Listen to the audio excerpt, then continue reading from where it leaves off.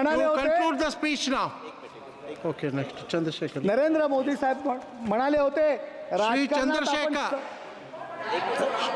चंद्रशेखर. आपण सगळे शिकलो, पण झूठ की राजनीति का सामना करणे आपण शिकलेलो नाही. सभापति महोदय, बहुत बहुत धन्यवाद आपका। आपने मुझे बजट पे अपनी बात रखने का अवसर प्रदान किया। मैं अपनी बात को शुरू करते हुए बहुजन समाज में जन्मे सभी संतों, गुरुओं और महान पुरुषों को नमन करता हूं। साथ साथ मैं भारत की महान जनता का भी धन्यवाद करता हूं कि उन्होंने लोकतंत्र की रक्षा इस बार की है। सभापति महोदय, पिछले 10 सालों में सरकार की नीतियों के कारण गरीब और गरीब हुआ और अमीर हुआ है, यानी गरीबों और अमीरों के बीच फासला बढ़ गया है।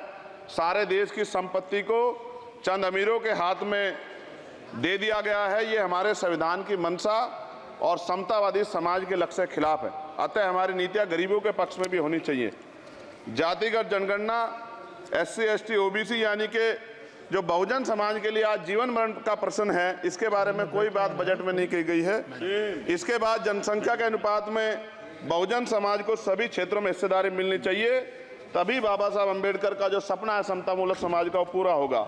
महोदय, एक ऐसा विकसित भारत है जिसमें आज भी सफाई कर्मचारी को पक्की नौकरी नहीं मिल रही है और उसको गटर में उतरने के लिए मजबूर किया जा रहा है। उनके लिए कोई अलग से बजट नहीं है। बजट बन सकता है अगर सरकार चाहे। SC ST को जो सब प्लान मिलता था, SPC का जो पैसा मिलता था, वो बजट से हटा दिया गया है। साथ साथ देश के स्तर पर आशा, आंगनबाड़ी, भोजन माता, ग्राम सेवक, PRD जवान, होमगार्डों के मानदेय में बढ़ोतरी नहीं हुई है। ऐसा कुछ भी नहीं दिख रहा है कि उनके जीवन में खुशहाली आ जाए। इनका मानदेय बढ़ना चाहिए। विधवा, वृद्धा, विकलांग पेंशन प्रत्येक महीने 500 रुपए से बढ़ाकर 5000 रुपए की जानी चाहिए, क्योंकि महंगाई बढ़ रही है। देश में प्रधानमंत्री जन कल्याण योजना के तहत SC ST OBC और मुस्लिम को कितने घर दिए गए, इसका कोई आंकड़ा सरकार के पास नहीं है। देश में इसी तरह SC ST OBC के लिए कितने परिवारों को शौचालय की व्यवस्था कराई गई। आज भी सिद्धार्थनगर जैसे जिले और तमाम जिले जो हैं, वहाँ शौचालय की व्यवस्था नहीं है। इस पर ध्यान देना चाहिए। देश भर में SC ST OBC के जो रिक्त पद पड़े हुए हैं, बैकलॉग भरना चाहिए। सरकार ने कुछ नहीं कहा। ये कैसी विश्व की 5वीं अर्थव्यवस्था है जिसमें आज भी SC ST पे अत्याचार हो रहा है, महिलाओं के साथ रेप हत्या हो रही है। NCRB का डाटा पढ़ेंगे तो खून के आंसू रोने पड़ेंगे। युवा बेरोजगार है, सड़कों पे 80 करोड़ लोगों को 5 किलो राशन में जीवन यापन करना पड़ रहा है। जो बजट SC ST को मिलता है, मेरे दाएं तरफ जो साथी बैठे उनको बुरा लगेगा, कर्नाटक में 14,732 करोड़ रुपए इन्होंने दूसरी योजना में लगा दिए और मध्य प्रदेश में आपने 95 करोड़ रुपए जो है दूसरे बजट में लगा दिए। हमारा जो मिलता है उसको तो मत छीनो भाई। MSP की लीगल गारंटी कोई बात नहीं हुई है। किसानों को जो 6,000 रुपए मिलते हैं उसको बढ़ा के 12,000 रुपए करना चाहिए और फसल बीमा जो है उसका सारा प्रीमियम सरकार भरे, किसानों पर बोझ ना लगे। रिजर्वेशन प्रमोशन में लागू नहीं किया गया, पुरानी पेंशन को बहाल नहीं किया गया, इस पर चर्चा नहीं हुई। देश में मनरेगा समय न्यूनतम मजदूरी की दर 700 रुपए होनी चाहिए। समान काम समान वेतन पॉलिसी लागू होनी चाहिए। जो रसोई की चिंता करते हुए 500 रुपए प्रति सिलेंडर से ज्यादा के दाम नहीं होने चाहिए, जो महिलाओं को राहत मिल सके। बिजली के दामों में भी कमी होनी चाहिए। बेरोजगार युवाओं को 5,000 रुपए भत्ता मिलना चाहिए, जो बेरोजगार युवा जो है अपनी पढ़ाई या अपना खर्चा उठा सके। मैं अपने क्षेत्र के विषय में महोदय आपसे कहना चाहता हूं कि पश्चिम यूपी में नगीना में एक एम्स बनना चाहिए, एक IIT बननी चाहिए, एक IIM बनना चाहिए। नगीना लोकसभा में उद्योग धंधे लगने चाहिए। नगीना की कताई मिल जो है उसको पुनः शुरू कराना चाहिए। RRTC जो योजना है सरकार की, उसको मेरठ से आगे बढ़ाकर मुजफ्फरनगर, सहारनपुर से नजीबाबाद नगीना होते हुए उसको नगीना तक ले जाना चाहिए। साथ साथ नजीबाबाद से मुंबई के लिए एक ट्रेन चलनी चाहिए और नगीना, श्योरा, किरतपुर में रेलवे के ओवरब्रिज बनने चाहिए। सभापति महोदय, सामाजिक न्याय मंत्रालय को 13,000 करोड़ रुपए दिए गए और जनजाति कार्य मंत्रालय को 13,000 करोड़ रुपए दिए, कुल 26,000 करोड़ रुपए, जो कुल बजट 48.20 लाख का लगभग 0.54% है। जबकि हमारी संख्या 25% से ज्यादा SC ST की और बहुजन समाज की मिलाओगे तो 85% से ज्यादा है। और हमारे विकास के लिए सरकार 1% पैसा खर्च कर रही है, जो मिलना हमें चाहिए, जबकि मिलना हमें 25% चाहिए। ये ऊंट के मुंह में जीरा के समान है, कहावत हमने बहुत दिन सुनी थी। पिछले लंबे समय से हमारे साथ धोखा हो रहा है। लेकिन अब ये नहीं चलेगा। चंद लोगों की तराजू से देश के संसाधन नहीं बटेंगे। इस देश का बहुजन समाज बर्दाश्त नहीं करेगा। संसाधन का बंटवारा संख्या के आधार पे होगा।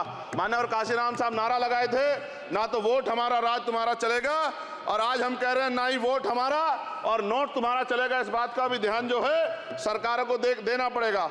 आपके माध्यम से सरकार से मेरी एक मांग है, सरकार इस योजना का लाभ भी अपने आप ले ले, सरह भी ले ले कि 1 लाख रुपए सालाना बहुजन समाज के अत्यंत गरीब परिवारों को दे। 10 लाख करोड़ रुपए खर्च होंगे, लेकिन इस 1 लाख रुपए की योजना से एक झटके से एक परिवार गरीबी की रेखा से ऊपर आएगा और इनके बच्चों को कुपोषण खत्म होगा, अच्छी शिक्षा मिलेगी, महिलाओं को सम्मानजनक जीवन मिलेगा और इससे वास्तव में सबका साथ सबका विकास का नारा सार्थक होगा। अगर प्रश्न ये होगा कहां से आएगा, तो उसका जवाब ये है कि जब अमीरों का 16 लाख करोड़ रुपए माफ हो सकता है, कॉर्पोरेट टैक्स का घटाकर लाखों करोड़ रुपए का चूना सरकारी खजाने को लगाया जा सकता है, पेट्रोल डीजल के दाम 10 गुना एक्साइज ड्यूटी बढ़ाई जा सकती है, तो गरीबों को सरकार पैसा क्यों नहीं दे सकती। महोदय, समय आ गया है, अब निजी क्षेत्रों में आरक्षण की व्यवस्था होनी चाहिए। SC ST OBC को निजी क्षेत्रों में आरक्षण मिलना चाहिए। और मेरी आपसे ये भी मांग है, क्योंकि अब समय की मांग है और देश तेजी से आगे बढ़ रहा है, तो मैं कहूँगा कि सरकार का जो सबका साथ सबका विकास का नारा लगभग वो असत्य महसूस होता है, क्योंकि अल्पसंख्यकों में मुसलमानों, जैनों, सिखों, बुद्धिस्टों के लिए कुछ दिख नहीं रहा, उनकी कल्याण कोई योजना नहीं है। मदरसों को जो बजट मिलता था वो कम कर दिया गया है। आर्थिक तंगी से लोग मर रहे हैं। इंटर्नशिप की बात हुई है, परमानेंट रोजगार नहीं है। और दिल्ली में क्या हुआ बच्चों के साथ कल, उनकी सुरक्षा की जिम्मेदारी क्या है? वो आए तो बनने थे IAS IPS और बन क्या गए, लाशें बन के गए। यहाँ से कोई ध्यान नहीं दे रहा है, किसी की नजर नहीं है। साथ साथ मैं आपसे ये भी आग्रह करूंगा कि हम ग्रामीण क्षेत्रों से आए लोग देश से बड़ा प्रेम करते हैं और हम ये महसूस करते हैं कि सरकारें हमें सुनेंगी, सरकारें हमारे बारे में सोचेंगी। लेकिन ऐसा महसूस हो जाता है आज़ादी के 75 साल बाद, और जिसको अमृत काल कहा जा रहा है, आज भी SC ST OBC के लोगों पर अत्याचार हो रहा है। अभी 2 दिन पहले गोली से उड़ा दिया गया गाजियाबाद में, और राजस्थान में गर्दन काट दी गई। ये घटनाएं देख कर डर लगता है, घर से निकलते हुए भी कि आने घर वापस लौटेंगे नहीं लौटेंगे। तो मेरा सरकार से आग्रह है, अगर आज़ादी के 75 साल बाद भी हमारी हत्या हो रही है, तो हमारी मां को भी दर्द हुआ होगा जब उसने हमें पैदा किया हो। हमारी बहनों को भी हमारे खोने का दर्द होता होगा। कैसी कानून व्यवस्था है आपकी? सब कुछ है आपके पास, फिर भी जो है महिलाओं पर रेप नहीं रोक पा रहे हो, हत्याएं नहीं रोक पा रहे हो, गरीबों, दलितों, पिछड़ों, किसानों, मजदूरों की जान नहीं बचा पा रहे हो। किसान सुसाइड कर रहा है, नौजवान सुसाइड कर रहा है, और बड़ी बड़ी बातें होती हैं, इधर भी अच्छे लोग हैं, इधर भी अच्छे लोग हैं, लेकिन अच्छाई तब होगी जब जमीन पे भी कुछ काम दिखाई देगा। और जमीन पे महोदय कोई काम दिखाई नहीं दे रहा है। जब कोई योजना की बात आती है तो सरकार हमसे मुंह मोड़ लेती है। आप बताइए, एजुकेशन का बजट कम कर दिया, हेल्थ का बजट कम कर दिया। मैं अपने क्षेत्र में गया तो आप विश्वास कीजिए, डॉक्टर नहीं है, स्कूल में मास्टर नहीं है, और कोई भर्ती ऐसी नहीं जिसका पेपर लीक नहीं होता है। तो देश किस तरफ जा रहा है और इसमें नौजवानों का भविष्य क्या है, इसके बारे में हमें चिंता करनी चाहिए। और अंत में अपनी बात को खत्म करते हुए मेरा आपसे आग्रह और आपके माध्यम सरकार से आग्रह है कि यहाँ बाहर बाबा साहब अम्बेडकर की मूर्ति लगी हुई थी एक, वो करोड़ों लोगों की आस्था से जुड़ा विषय है, और आप विश्वास करो इतना गुस्सा है उसको लेके। मेरी आपके माध्यम से मैं हाथ जोड़ता नहीं हूं, लेकिन मैं हाथ जोड़ के आपसे आग्रह कर रहा हूं कि प्रधानमंत्री जी, सरकार से हमारी आग्रह कि वो अम्बेडकर वादियों के सम्मान का ध्यान रखते हुए, उनके जो है दिल की पीड़ा को समझते हुए, उनके दर्द का ध्यान रखते हुए उस मूर्ति को पुनः स्थापित करा दीजिए।